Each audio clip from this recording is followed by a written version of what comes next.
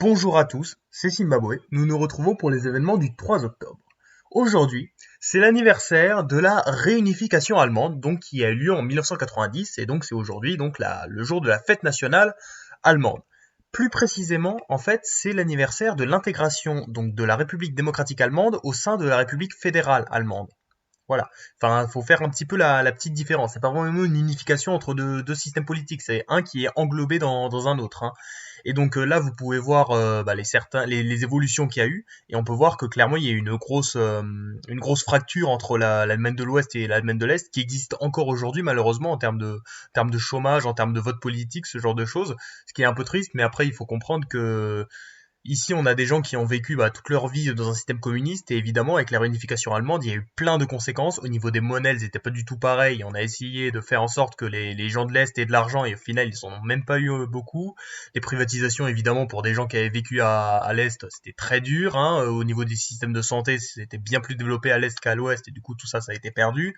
Enfin, plein de trucs, vraiment, vous vous rendez compte que ça peut être vraiment très compliqué de faire une réunification, mais c'est quand même beau de voir que bon, un pays qui est quand même plus naturellement uni, c'est quand même mieux parce que bon, il n'y avait pas vraiment de sens à ce qu'il y ait une Allemagne de l'Ouest et une Allemagne de l'Est, hein. Je veux dire au niveau ethnique et tout. En fait, c'était juste une conséquence d'une guerre, donc c'était quand même pas très sympa à retenir. Aujourd'hui, c'est aussi l'anniversaire de la mort d'un homme, le célèbre François d'Assise. Est-ce que vous connaissez François d'Assise? Vous le connaissez sûrement, donc évidemment Giovanni di Petlo Bernaldone, donc évidemment qui est un religieux catholique italien, donc fondateur de l'ordre des frères mineurs, plus connu sous le nom donc de l'ordre des franciscains.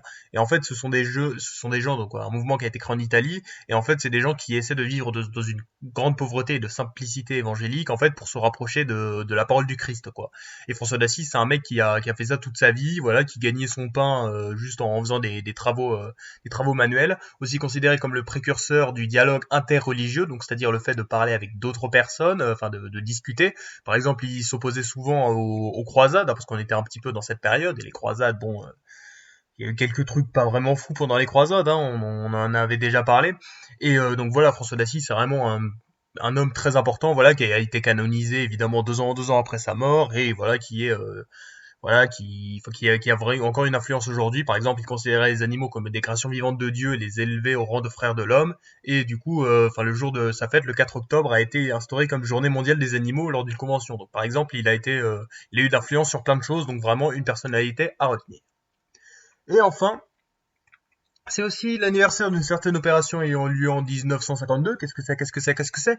L'opération Hurricane, donc l'essai de la première bombe atomique britannique, donc le 3 octobre 1952, faisant de ce pays la troisième puissance nucléaire mondiale. Parce que ouais, hein, on est donc juste en 1952, c'est la fin de la guerre, sauf que bon, le Royaume-Uni, il a un peu l'impression de se faire dépasser par quelques puissances. Et donc voilà, on a voilà le secrétaire d'État des Affaires étrangères qui dit il faut que nous ayons ce machin ici, quel qu'en soit le coût, et marqué d'un sacré Union Jack.